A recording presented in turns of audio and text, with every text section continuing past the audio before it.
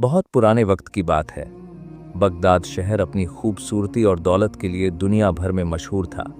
वहाँ के बाजारों में दिन भर भीड़ रहती थी, लेकिन रात होते ही शहर में गहरा सन्नाटा छा जाता था। इस शहर में एक मशहूर सौदागर रहता था, जिसका नाम शेख अब्दुल्ला था। अब्दुल्ला के पास कपड़ों और हीरे जवाहरात का बड़ा कारोबार था। कहा जाता था कि उसके घर में एक ऐसा खास कमरा है जहां वो अपनी सारी जिंदगी की कमाई छुपा कर रखता है। उस कमरे की हिफाजत के लिए उसने शहर के सबसे मजबूत ताले मंगवाए थे और घर के बाहर पहरेदार भी खड़े किए थे। लेकिन उसी शहर में एक चोर भी रहता था, जिसका नाम जका था। जका कोई आम चोर नहीं था। लोग उसे हवा का झोंका कहते थे, क्योंकि वो कब आता और कब चला जाता किसी को पता ही नहीं चलता था। जका की नज़र पिछले कई महीनों से शेख अब्दुल्ला के उस खास कमरे पर थी। एक काली और तूफानी रात थी। आसमान में बादल गरज रहे थे और तेज हवा चल रही थी। जका ने सोचा, आज की रात सबसे बेहतरीन है। पहरेदार बारिश से बचने के लिए छप्परों के नीचे होंगे और हवा की आवाज में मेरे कदमों की आहट कोई नहीं सुन पाएगा। जका ने काले कपड़े पहने, अपने चेहरे को ढका और बिल्ली की तरह दबे पांव शेख अब्दुल्ला के घर की पिछली दीवार के पास पहुंच गया। दीवार बहुत ऊंची थी, लेकिन जका के पास रस्सी और लोहे का एक हुक था। उसने बड़े इत्मीनान से निशाना लगाया और हुक को दीवार के ऊपर फंसा दिया। अब वो रस्सी के सहारे ऊपर चढ़ने लगा। उसकी सांसें थमी हुई थीं और वो जानता था कि एक छोटी सी गलती उसकी जान ले सकती है। जका ने दीवार के ऊपर पहुंचकर एक पल के लिए सांस रोकी और नीचे झांका। नीचे शेख अब्दुल्ला का बड़ा सा बगीचा था। बारिश की वजह से बाग में कीचड़ हो गया था और पेड़ पौधे हवा से हिल रहे थे। जका ने देखा कि दो पहरेदार बाग के कोने में बने एक छोटे से कमरे के पास खड़े थे। ठंड और बारिश से बचने के लिए वो दोनों आग जलाकर हाथ ताप रहे थे और आपस में बातें कर रहे थे। उनका ध्यान बिल्कुल भी दीवार की तरफ नहीं था। यही सही मौका है, जका ने मन ही मन सोचा। उसने अपनी रस्सी को मजबूती से पकड़ा और किसी मकड़ी की तरह धीरे धीरे दीवार से नीचे उतरने लगा। जमीन पर पैर रखते वक्त उसने बड़ा ध्यान रखा कि पानी के छपाके की आवाज न हो। वो घुटनों के बल बैठ गया और चारों तरफ देखने लगा। अब उसके सामने सबसे बड़ी मुसीबत थी, बाग को पार करके मुख्य इमारत तक पहुंचना। बीच में खुला मैदान था। अगर बिजली चमकी तो कोई भी उसे देख सकता था। जका ने इंतजार किया। जैसे ही बादल जोर से गरजा और बिजली चमककर बंद हुई, वो अंधेरे का फायदा उठाते हुए झाड़ियों के पीछे भागा। वो इतनी सफाई से चल रहा था कि सूखे पत्ते भी उसके पैरों के नीचे आकर नहीं टूटे। रेंगते रेंगते वो आखिरकार घर की मुख्य दीवार तक पहुंच गया। अब वो उस कमरे की खिड़की के ठीक नीचे खड़ा था जहां खजाना रखा हुआ था, लेकिन खिड़की जमीन से काफी ऊंची थी। जका ने अपनी जेब से एक खास औजार निकाला। ये लोहे का एक पतला सा तार था, लेकिन सवाल ये था कि वो ऊपर खिड़की तक पहुंचेगा कैसे। दीवार बिल्कुल सपाट थी। तभी उसकी नज़र पानी के निकासी वाले पाइप पर पड़ी, जो छत से नीचे आ रहा था। वो पाइप पुराना था और जंग लगा हुआ था।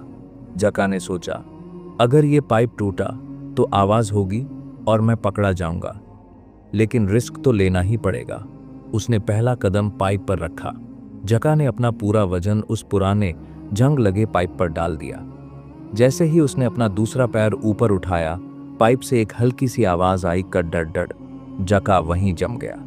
उसका दिल जोर जोर से धड़कने लगा। उसने सोचा, कहीं पाइप टूटकर गिर गया तो मेरी हड्डियां भी टूटेंगी और मैं पकड़ा भी जाऊंगा। उसने नीचे देखा। खुशकिस्मती से उसी वक्त आसमान में जोर से बिजली कड़की और बादल गरजे। बादल की गरज ने पाइप की आवाज को दबा दिया। पहरेदार अपनी जगह पर ही खड़े रहे। उन्हें कुछ सुनाई नहीं दिया। जका ने राहत की सांस ली और फूंक फूंक कर कदम रखने लगा। वो एक एक इंच ऊपर चढ़ रहा था। बारिश का पानी उसके चेहरे पर गिर रहा था, जिससे देखना मुश्किल हो रहा था, लेकिन उसकी मंजिल वो खिड़की थी। आखिरकार मेहनत रंग लाई और वो खिड़की तक पहुंच गया।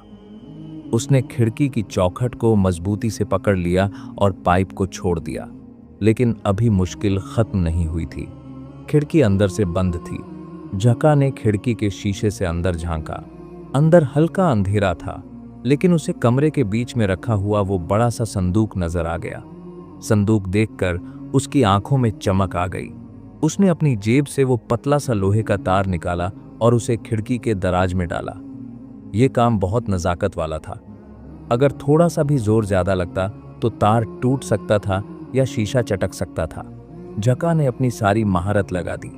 वो तार को धीरे धीरे घुमा रहा था ताकि अंदर की कुंडी खुल जाए।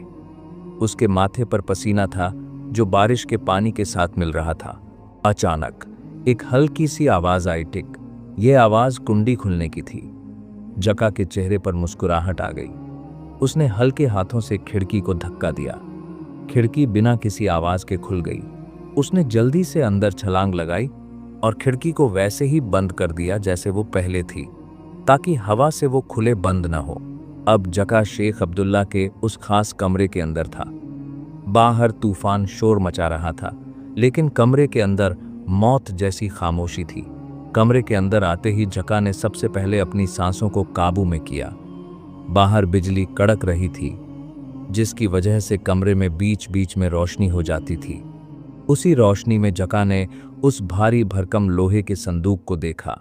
वो संदूक दीवार के साथ जुड़ा हुआ था और उस पर एक बड़ा सा काला ताला लगा हुआ था। ये ताला आम तालों जैसा नहीं था। इसे शहर के सबसे बेहतरीन लोहार ने बनाया था, जिसे खोलना नामुमकिन समझा जाता था। जका दबे पांव संदूक के पास पहुंचा। उसने अपने गीले कपड़ों से पानी टपकने नहीं दिया और बड़ी होशियारी से अपने झोले से ताले खोलने के औजार निकाले। उसके पास तरह तरह की चाबियां और तार थे। जका ने संदूक के ताले को हाथ लगाया। ताला बहुत ठंडा और मजबूत था। उसने एक खास किस्म का मुड़ा हुआ तार ताले के छेद में डाला। जका का पूरा ध्यान ताले की आवाज पर था। वो अपनी उंगलियों के इशारे से ताले के अंदर के मैकेनिज्म को महसूस कर रहा था। एक गलत हरकत और ताला जाम हो सकता था। करीब 10 मिनट की मेहनत के बाद एक हल्की सी आवाज आई, खट। ये आवाज जका के कानों में किसी संगीत से कम नहीं थी। ताला खुल चुका था।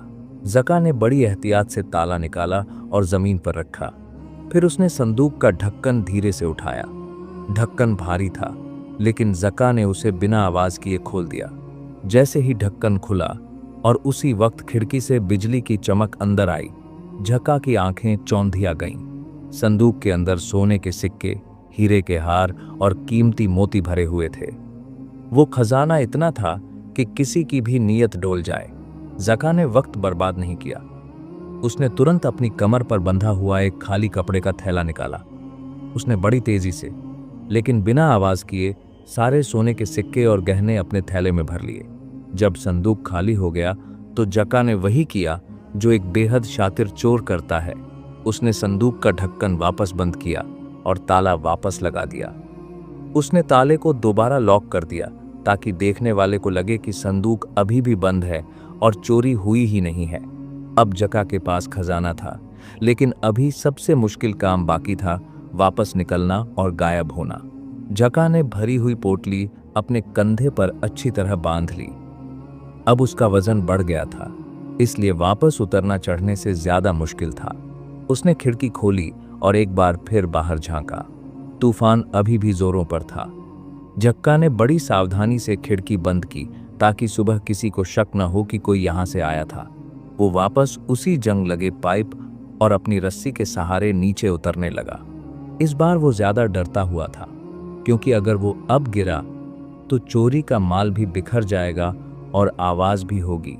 धीरे धीरे फूंक फूंक कर कदम रखते हुए वो जमीन पर पहुंच गया। अब जका की किस्मत ने उसका साथ दिया। रात भर जो तेज बारिश हुई थी, उसने जमीन पर बने उसके पैरों के सारे निशान धो दिए थे। कीचड़ में जो थोड़े बहुत निशान बने भी थे, वो पानी के बहने से मिट गए। जका ने बाग की दीवार फांदी और अंधेरी गलियों में गुम हो गया। वो अपने ठिकाने पर पहुंचा, गहने छुपाए और ऐसे सो गया जैसे कुछ हुआ ही ना हो। अगली सुबह हुई। मौसम साफ हो चुका था। सूरज निकल आया था। शेख अब्दुल्ला अपनी आदत के मुताबिक उठे। उन्होंने देखा कि कमरे का दरवाजा बंद है और खिड़की भी बंद है। उन्हें जरा भी अंदाजा नहीं था कि रात में क्या हुआ है। दिल को तसल्ली देने के लिए वो अपने खास संदूक के पास गए। उन्होंने देखा कि ताला वैसा ही लगा हुआ था जैसा वो छोड़कर गए थे। अब्दुल्ला ने सोचा, चलो सब कुछ महफूज है। लेकिन फिर उन्हें कुछ याद आया और उन्होंने अपनी जेब से चाबी निकाली ताकि कुछ सिक्के और रख सकें। उन्होंने चाबी घुमाई और ताला खोला। जैसे ही उन्होंने संदूक का भारी ढक्कन उठाया, उनके पैरों तले जमीन खिसक गई। संदूक बिल्कुल खाली था, एक तिनका भी नहीं बचा था। अब्दुल्ला की आंखें फटी की फटी रह गईं। वो चिल्लाए, ये कैसे हो सकता है? ताला लगा हुआ है, दरवाजे बंद हैं, खिड़की बंद है, तो मेरा खजाना कौन ले गया? क्या कोई भूत आया था? घर में कोहराम मच गया। सब लोग जमा हो गए, लेकिन किसी को समझ नहीं आ रहा था कि बिना ताला तोड़े चोरी कैसे हुई। शेख अब्दुल्ला, जो अब तक सदमे में था, भागता हुआ काजी इलियास के दरबार में पहुंचा। उसके बाल बिखरे हुए थे और चेहरे पर हवाइयां उड़ रही थीं। उसने हांफते हुए कहा, हुजूर, गजब हो गया, मेरे घर में चोरी हो गई है। लेकिन चोरी कैसे हुई, ये कोई नहीं समझ पा रहा। न दरवाजा टूटा है, न दीवार फांदी गई है, और सबसे बड़ी बात, संदूक का ताला अभी भी लगा हुआ है, लेकिन अंदर का सारा माल गायब है। काजी इलियास, जो अपनी कुर्सी पर शांति से बैठे थे, उन्होंने अब्दुल्ला की बात सुनकर माथे पर शिकन डाली। उन्होंने सोचा, ताला लगा हुआ है और माल गायब? इसका मतलब चोर कोई मामूली आदमी नहीं है। वो या तो कोई जादूगर है या फिर अपने हुनर का उस्ताद। काजी इलियास ने अपने सिपाहियों को इशारा किया और अब्दुल्ला के साथ उसके घर की तरफ चल पड़े। घर पहुंचकर काजी ने सबसे पहले उस कमरे का जायजा लिया। कमरे में सन्नाटा था। काजी ने संदूक के ताले को हाथ में लेकर गौर से देखा। उनकी तेज आंखों ने वो देख लिया जो किसी और ने नहीं देखा था। ताले के छेद के पास एक बहुत हल्की सी खरोंच थी। काजी इलियास मुस्कुराए और बोले, अब्दुल्ला, ये कोई भूत प्रेत का काम नहीं है, ये किसी इंसान का ही काम है। देखो, यहाँ ताले पर खरोंच है। इसका मतलब चोर ने किसी औजार से ये ताला खोला था और जाते वक्त बड़ी सफाई से वापस बंद कर दिया। फिर काजी की नज़र खिड़की की तरफ गई। खिड़की बंद थी, लेकिन काजी ने खिड़की की चौखट पर उंगली फेरी। वहां सूखी हुई मिट्टी का एक छोटा सा धब्बा था। काजी ने कहा, चोर इसी खिड़की से आया था। रात को बारिश हो रही थी, इसलिए उसके जूतों की मिट्टी यहां लग गई। बाहर बारिश ने निशान धो दिए, लेकिन कमरे के अंदर की मिट्टी रह गई। अब काजी को यकीन हो गया था कि चोर बाहर से आया था और वो बहुत शातिर है। लेकिन सवाल ये था कि इतने बड़े शहर में उस चोर को ढूंढे कैसे। काजी इलियास ने कुछ देर सोचा और फिर एक सिपाही को बुलाकर कहा, शहर में ऐलान करवा दो कि आज शाम मस्जिद में सभी लोगों को इकट्ठा होना है। मैं वहां चोर को पकड़ूंगा। काजी साहब, आपने बड़े बड़े चोर पकड़े होंगे, लेकिन आज आपका पाला हवा के झोंके से पड़ा है। मेरे खिलाफ तो कोई सबूत ही नहीं है। थोड़ी देर में काजी इलियास वहां आए। उनके हाथ में कपड़े में लिपटी हुई कुछ चीजें थीं। उन्होंने शेख अब्दुल्ला के पड़ोसियों, नौकरों और शहर के कुछ मशकूक लोगों को अलग लाइन में खड़ा किया। जका को भी उस लाइन में खड़ा होना पड़ा। काजी इलियास ने कपड़ा हटाया। उसमें बहुत सारी लकड़ियां थीं। ये सभी लकड़ियां बिल्कुल एक जैसी, एक ही रंग की और बराबर लंबाई की थीं, करीब 1 हाथ लंबी। काजी ने लाइन में खड़े हर आदमी को एक एक लकड़ी दी। जका ने भी लकड़ी ले ली।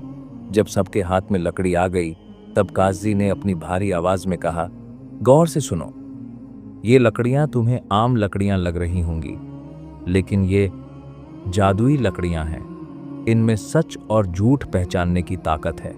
भीड़ में खामोशी छा गई। सब काजी की तरफ देखने लगे। काजी ने आगे कहा, तुम सबको ये लकड़ी आज रात अपने पास रखनी है और कल सुबह वापस आना है।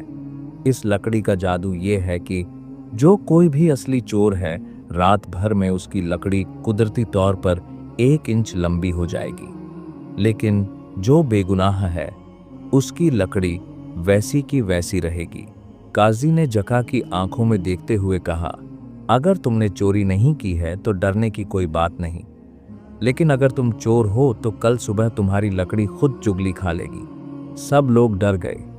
जका का दिल भी एक पल के लिए जोर से धड़का, लेकिन उसने अपने चेहरे पर डर आने नहीं दिया। सब लोग अपनी अपनी लकड़ी लेकर अपने घरों की तरफ चल पड़े। जका भी लकड़ी लेकर अपने घर की तरफ चला, लेकिन अब उसके दिमाग में एक नई परेशानी शुरू हो गई थी। क्या सच में लकड़ी बढ़ सकती है, या ये काजी की कोई चाल है? जका अपने घर पहुंचा और दरवाजा बंद करके सीधा अपने कमरे में गया। उसने काजी की दी हुई लकड़ी को मेज पर रखा और कुर्सी पर बैठकर उसे घूरने लगा। कमरे में दिया जल रहा था। जक्का की परछाई दीवार पर हिल रही थी। उसके दिमाग में एक ही बात घूम रही थी, 1 इंच लंबी हो जाएगी। जक्का ने खुद से कहा, अरे ये सब बकवास है।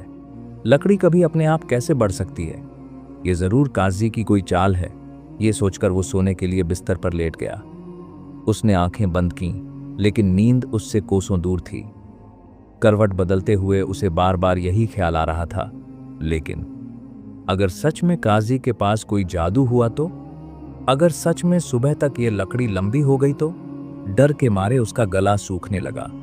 वो उठा और पानी पिया। फिर उसने लकड़ी को दोबारा उठाया और उसे नापने लगा। उसे ऐसा लगने लगा जैसे लकड़ी अभी से थोड़ी लंबी दिख रही है। ये डर दिमाग का खेल था। जका, जो इतना चालाक था, आज अपने ही डर का शिकार हो रहा था। रात के 2 बज रहे थे। जका ने सोचा, मैं अपनी किस्मत पर भरोसा नहीं कर सकता। अगर कल सुबह दरबार में मेरी लकड़ी बड़ी निकली तो मैं पकड़ा जाऊंगा और मेरी सारी इज्जत, सारा खजाना छिन जाएगा। तभी उसके दिमाग में एक शैतानी तरकीब आई। उसके चेहरे पर एक शातिर मुस्कुराहट आ गई। उसने सोचा, काजी ने कहा है कि चोर की लकड़ी 1 इंच बढ़ जाएगी, तो क्यों ना मैं इस लकड़ी को अभी 1 इंच काटकर छोटा कर दूं। इससे होगा ये कि जब रात भर में लकड़ी बढ़ेगी तो वो वापस अपने पुराने साइज पर आ जाएगी। न लकड़ी बड़ी होगी न छोटी, और मैं पकड़ा नहीं जाऊंगा। जका को लगा कि ये दुनिया का सबसे बेहतरीन प्लान है।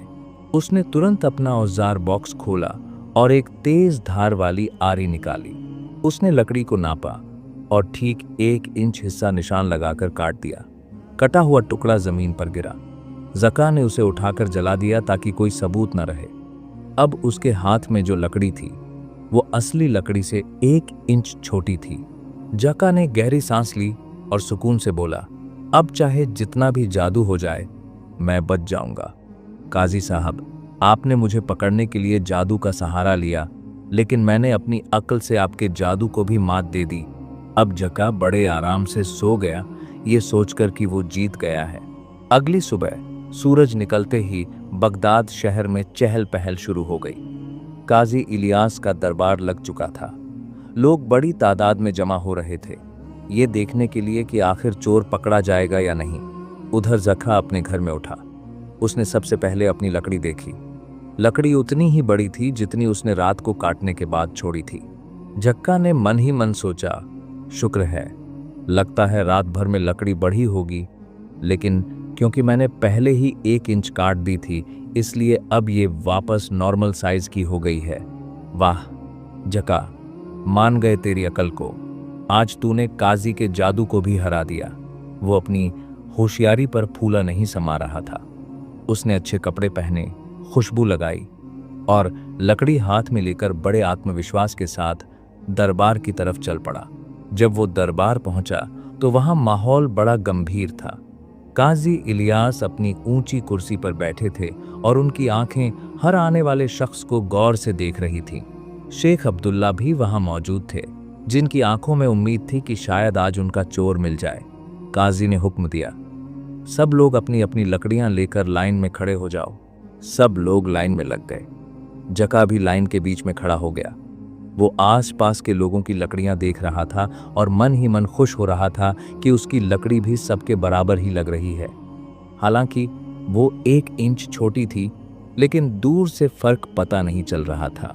काजी इलियास अपनी जगह से उठे और लाइन के शुरू से जांच करने लगे। वो हर आदमी के पास जाते, उसकी लकड़ी लेते, उसे दूसरी लकड़ियों से मिलाते और वापस दे देते। तुम जा सकते हो, काजी कहते। तुम भी जा सकते हो, वो दूसरे से कहते। धीरे धीरे काजी आगे बढ़ रहे थे। जका का नंबर आने वाला था। जैसे जैसे काजी पास आ रहे थे, जक्का की दिल की धड़कन थोड़ी तेज होने लगी, लेकिन उसे अपनी चाल पर पूरा भरोसा था। आखिरकार काजी इलियास झका के सामने आ खड़े हुए। झका ने बड़ी मासूमियत से मुस्कुराते हुए अपनी लकड़ी आगे बढ़ा दी और बोला, लीजिए हुजूर, मेरी लकड़ी। काजी ने लकड़ी हाथ में ली। उन्होंने एक पल के लिए लकड़ी को देखा, फिर जका के चेहरे को देखा और फिर वापस लकड़ी को देखा। दरबार में गहरा सन्नाटा छा गया था। सबकी नजरें काजी इलियास और जका के हाथों में पकड़ी उस लकड़ी पर टिकी थीं। काजी इलियास ने बड़ी शांति से जका की लकड़ी को उठाया और उसे पास खड़े एक दूसरे आदमी की लकड़ी के साथ जोड़कर देखा।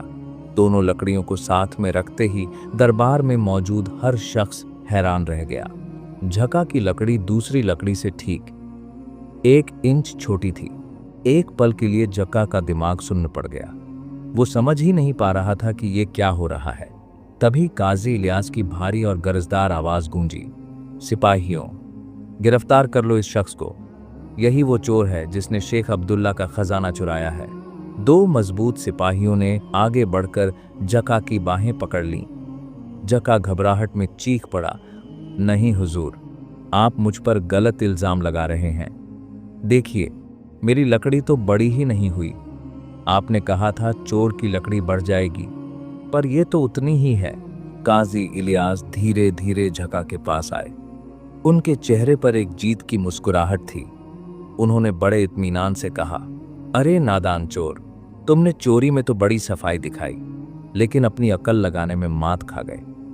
सुनो, ये लकड़ियां कोई जादुई लकड़ियां नहीं थीं। ये तो बाजार से मंगवाई गई मामूली सूखी लकड़ियां थीं। इनमें बढ़ने या घटने की कोई ताकत नहीं थी। ये सुनकर जका के पैरों तले जमीन खिसक गई। काजी ने पूरे दरबार को समझाते हुए कहा, मैंने ये झूठी कहानी सिर्फ इसलिए बनाई थी ताकि मैं चोर के डर को पकड़ सकूं। जो बेगुनाह थे उन्हें कोई डर नहीं था, इसलिए वो सुकून से सोए और अपनी लकड़ी के साथ कोई छेड़छाड़ नहीं की। उनकी लकड़ी वैसी की वैसी रही। फिर काजी ने जका की आंखों में आंखें डालकर कहा, लेकिन तुम्हारे दिल में चोर था। तुम्हें डर था कि कहीं सच में लकड़ी रात में बढ़ न जाए और तुम पकड़े न जाओ। इसी डर के मारे तुमने अपनी होशियारी दिखाई और लकड़ी को पहले ही 1 इंच काट दिया, ये सोचकर कि जब वो बढ़ेगी तो बराबर हो जाएगी। तुम्हारी यही कट्टी हुई लकड़ी तुम्हारे गुनाह का सबसे बड़ा सबूत है। जका अब पूरी तरह टूट चुका था। उसकी सारी चालाकी, सारी साजिश धरी की धरी रह गई। उसका चेहरा शर्म से झुक गया और आंखों से आंसू बहने लगे। वो समझ गया कि वो काजी के बिछाए हुए जाल में फंस गया है।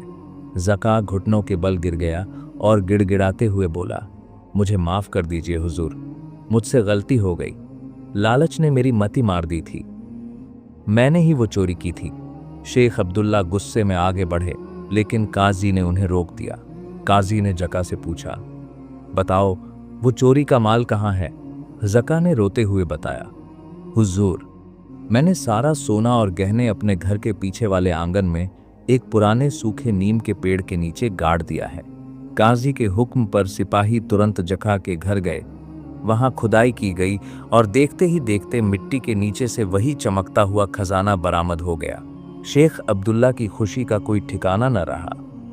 उन्होंने अपनी मेहनत की कमाई वापस पाई और काजी इलियास के सामने हाथ जोड़कर कहा, काजी साहब, आज आपने साबित कर दिया कि तलवार से बड़ी ताकत अक्ल में होती है। आपका ये इंसाफ सदियों तक याद रखा जाएगा। काजी इलियास ने जक्का को कैद खाने भेजने का हुक्म दिया और कहा, तुम्हारी सज़ा ये है कि तुम कैद खाने में रहकर मेहनत करोगे और ये सीखोगे कि ईमानदारी की सूखी रोटी चोरी के पुलाव से बेहतर होती है। इस तरह उस चालाक चोर का अंत हुआ और बगदाद के लोगों को एक नई सीख मिली। चोर की दाढ़ी में तिनका, यानी जो इंसान गलत काम करता है उसका अपना डर और ज़मीर ही उसे गलती करने पर मजबूर करता है और आखिर में सच्चाई की ही जीत होती है। दोस्तों, अगर आपको काजी इलियास की ये ज़बरदस्त अक्लमंदी और ये रोमांचक कहानी पसंद आई हो तो वीडियो को लाइक ज़रूर करें। एक लाइक से हमें बहुत मोटिवेशन मिलता है। अपने दोस्तों और परिवार के साथ शेयर करें ताकि वो भी जान सकें कि अकल से कैसे बड़ी से बड़ी मुश्किल हल होती है। चैनल को सब्सक्राइब करना न भूलें और साथ में वो घंटी वाला बटन भी दबा दें ताकि जब भी मैं नई और मज़ेदार कहानी लाऊं सबसे पहले नोटिफिकेशन आपको मिले। कमेंट करके ज़रूर बताएं आपको क्या लगा। अगर आप काजी की जगह होते तो चोर को कैसे पकड़ते? मिलते हैं अगली कहानी में। शुक्रिया।